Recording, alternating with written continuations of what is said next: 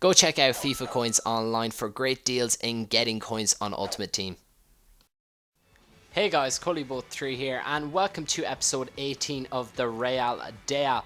Now, I must say before I get this episode started, I do apologise if you can hear any construction going on in the background. For some reason, some very ignorant person is drilling and hammering, and it's somewhere in this building, but I can't locate it. And I've been trying to scream to tell him to keep it down, but for some reason he just keeps on going. He's been doing it for the last 2 hours and it's driving me up the wall, and I need to study for my exams next week. So yeah, so apologies if you can hear that in the background. Anyways, that was a quick trading session that I done. I picked up some decent deals there. Not one of my better trading sessions, but while these free packs rolled through, I want to answer one of the top questions from, the top comments, which was a question on my last video. And it was asking me how long I spend at each trading session. And when I do the trading sessions, well, I do vary it from day to night. I do pick up my better deals at night, and I'd spend between 1 and 2 hours on each trading session. I wouldn't do it for much longer than that because I do get quite bored after a while from trading, and I've only got a certain amount of, I suppose, motivation to do it. So maybe 1 to 2 hour burst is what you kind of see in my trading sessions and the players that I do pick up. So yeah, about 1 to 2 hours. I hopefully that answered your question about how long I spend on trading sessions. Anyways, we did make an addition to the team. You'll see there we got Marcelo. We got him in a bad formation, but his actual lowest buy now in 433 was somewhere around, I think, about 49,000. So I got him for 42k, and I threw on a 433 card that I picked up for 2,500. So it worked out at about 4,000 coins cheaper, which is always good. You want to save your coins, but you'll see there some of his stats. He's got very, very good pace. He does get forward quite a bit. He's got good passing and dribbling and defending, actually. Yeah, overall, Marcelo looks like a beast. And I did take Arbeloa out of the team and put Cohen Trout over at right back. I don't know if that's the right decision because the two of them are quite attacking minded. So let me know in the comments below whether you'd like to maybe see Arbeloa come back in the team, or maybe, leave Marcelo in there. I don't know. Let me know what you'd like me to do with the team, and I'll decide from there. But there's the prices that the players sold for, and they actually sold before I was even able to get some games in. So I did put them up for relatively decent prices, and I am just hovering around that 75k coin mark.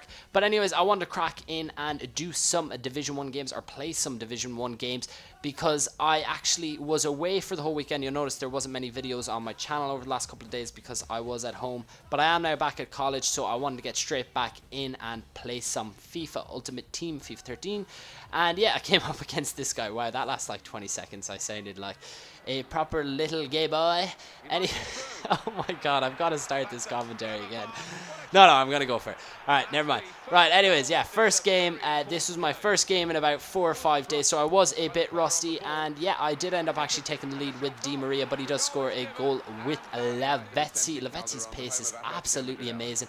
A bit of trickery there by Jesse Rodriguez on the wing, and Higuain gets the second bite of the cherry and puts it in to the empty net to make it 2-1. And a big mistake here by his goalkeeper. Jesse Rodriguez has absolute pace to burn, and he runs around like a roadrunner around that pitch and scored a nice fit. Well, not really that nice of a goal, but you see here, awful unnecessary skill around none of his opponents, because that is how I roll. And Di Maria finishes it to make it 4-1, and I am cruising at this point. The game is effectively over, but he gives me a few jitters and a few shakes with that Lamela goal, but I do put it to bed with a nice looping header by Higuain to make it 5-2, and that's actually how the game finished. 5-2 in at the end.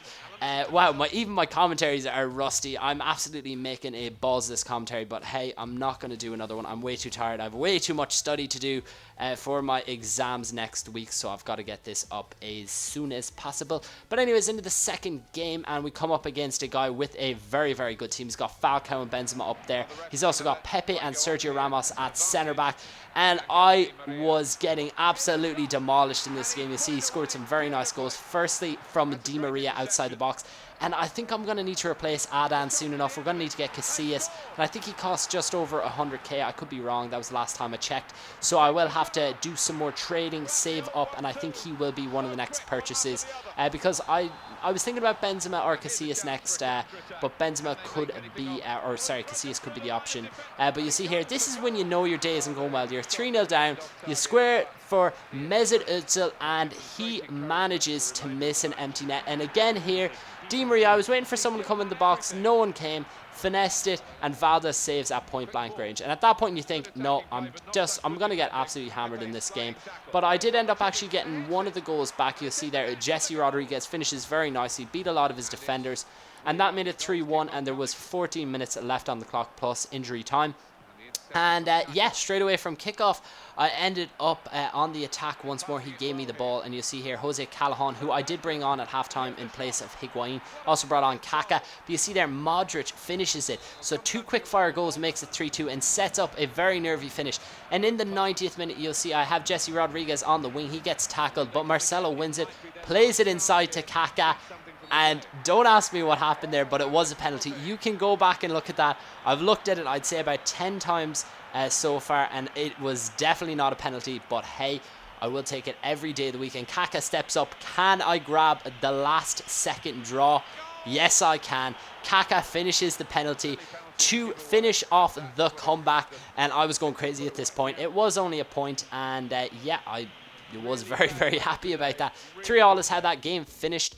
And I did advance and see that I am on 7 points. So I'm only 5 away from remaining in Division 1. And I obviously need that 21 point mark to win the championship in Division 1. And on to the last game and the last bit of this episode.